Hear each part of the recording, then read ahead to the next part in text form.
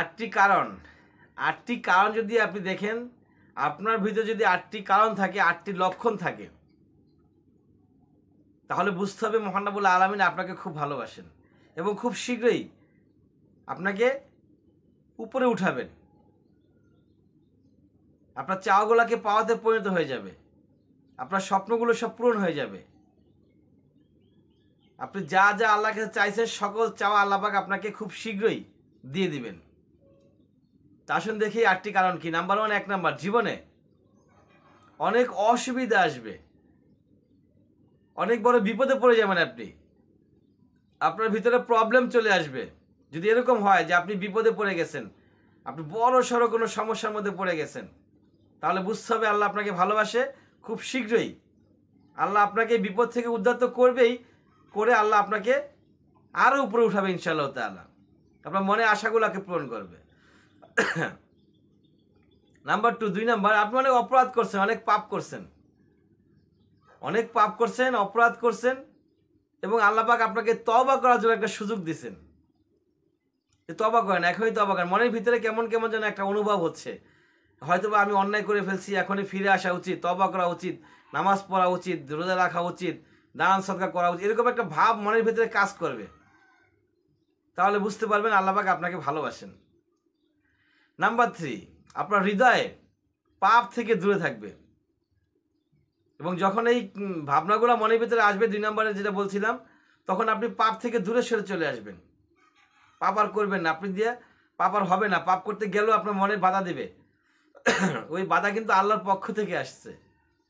বুঝতে হবে বাধাটা কোত্থেকে আসছে, আল্লাহর পক্ষ থেকে আসছে। আপনাকে বাধা দিচ্ছে, বাধা দিয়ে ভালো পথে নিবে, ভালো পথে নিয়ে আল্লাহ আপনাকে উপরে উঠাবে। নাম্বার 4, 4 নাম্বার, অপ্রয়োজনীয় জিনিস কেড়ে নিবে। আপনার যেটা প্রয়োজন নাই এরকম কিছু জিনিস আপনার কাছ থেকে কেড়ে নেবে। অপ্রয়োজন, আপনার কাছে মনে হচ্ছে প্রয়োজন, আসলে এটা প্রয়োজন নাই। যেমন ধরেন আপনার হচ্ছে গার্লফ্রেন্ড, আপনার একজন গার্লফ্রেন্ড আছে, আপনার একজন বয়ফ্রেন্ড আছে, আপনি মনে করতেছেন এটা আপনার প্রয়োজন, কিন্তু ইসলাম মনে করতেছে, আল্লাহ মনে করতেছে না, ওটা তোমার প্রয়োজন নাই। ওখান থেকে আল্লাহ পাক আপনাকে সরাইয়া নিয়ে আসবেন। তাহলে বুঝতে হবে আল্লাহ পাক আপনাকে খুব ভালোবাসেন। আপনাকে কেউ বিশ্বাস করতে চাইবে না, সবাই আপনাকে অবিশ্বাস করবে। আপনি সৎ, আপনি সত্য বলছেন, আপনি ন্যায়ের উপরে আছেন, আপনি যেটা বলতেছেন সেটাই সঠিক, কিন্তু মানুষ বলবে না এটা ঠিক না, এটা উল্টা, আপনাকে বিশ্বাস করবে না মানুষ। আপনি চাকরি পাচ্ছেন না, বারবার বারবার বিভিন্ন জায়গায় ঘুরতে ঘুরতে আপনি হয়রান, কিন্তু আপনার আত্মীয় স্বজন বন্ধু বান্ধব তারা বলবে আপনি চেষ্টাই করতেছেন না, অথচ আপনি জীবন তেনা তেনা করে ফেলছেন চাকরির জন্য।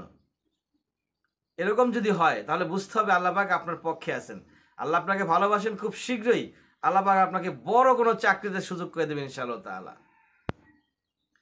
আল্লাহ আপনাকে একা করে দিবেন।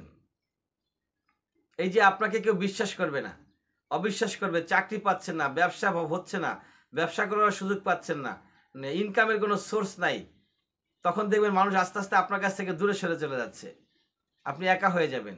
আর ওই সম্পূর্ণ একা যখন হয়ে যাবেন তখন আল্লাহ আপনাকে এমন কিছু দান করবে, আবার দেখবেন সবাই আপনার পিছে লাগা শুরু করছে। তারপর হচ্ছে আপনার অন্তর ভালো কাজ করতে চাইবে, আপনার অন্তর চাইবে ভালো কাজ করতে। এটা আমরা 2 নাম্বার 3 নাম্বারে বলেছিলাম, সেখানে বলছিলাম খারাপ কাজ করতে গেলে বাধা দেওয়া হবে, অন্তরে বাধা আসবে খারাপ কাজে, খারাপ কাজ থেকে দূরে সরে চলে আসবেন। আর এখানে 7 নাম্বারে বলা হচ্ছে যে আপনার অন্তর ভালো কাজ করতে চাইবে। যখন আজান হবে তখন আপনার মসজিদে আপনি ছুটে যাবেন, ঘরে বসে থাকতে ভালো লাগবে না। যখন রাস্তায় কোনো অসহায় ব্যক্তিকে দেখবেন তখন তাকে সাহায্য করতে মন চাইবে, পকেট খালি থাক বা ভরা থাক, মন চাইবে সাহায্য করার জন্য। এবং মুখ দিয়ে কোনো মিথ্যা কথা বের হবে না, কোনো খারাপ কথা, গালিগালাজ এগুলো মুখ থেকে বের হবে না। সবার সাথে ভদ্র আচরণ করতে মন চাইবে। এটা কার পক্ষ থেকে হবে? আল্লাহর পক্ষ থেকে হবে। আল্লাহ না চাইলে এগুলো আমরা পারবো না করতে। এবং সর্বশেষ লাস্ট 8 নাম্বার, আল্লাহ আপনাকে যে কোনো বিপদে সাহায্য করবে। 1 নাম্বার দিয়ে শুরু করছিলাম, বিপদ, অসুবিধা হবে, প্রবলেম হবে, তো সেই বিপদে আল্লাহ পাক আপনাকে সাহায্য করবে। 8 নাম্বারে আইসা যত বড় বিপদে হোক না কেন, সকল বিপদ থেকে আল্লাহ পাক আপনাকে উদ্ধার করবে এবং উদ্ধার করে আল্লাহ পাক আপনাকে উপরে উঠাবে, এতটাই উপরে উঠাবে আপনি কল্পনাই করতে পারবেন না। আর সেজন্য আল্লাহর জন্য কি করতে হবে, আমরা এই এত কিছু এত এত জিনিস আল্লাহ পাক আমাদেরকে দিবে, আমাদেরকে আল্লাহ পাক উপরে উঠাবে, সেজন্য আমাদের কি করা উচিত? অবশ্যই 5 ওয়াক্ত নামাজ আদায় করা উচিত। আল্লাহ তো আমাদের কাছ থেকে বেশি কিছু চায় না। 5 ওয়াক্ত নামাজ পড়েন, 2-4 টাকা দান করেন, মানুষের সাথে ভালো ব্যবহার করেন, আত্মীয়তার সম্পর্ক রক্ষা করুন, ব্যাস এই কয়েকটা জিনিসই, তাহলে আল্লাহ পাক খুশি হয়ে যাবেন। ওয়া আখির দাওয়ানা আলহামদুলিল্লাহি রাব্বিল আলামিন।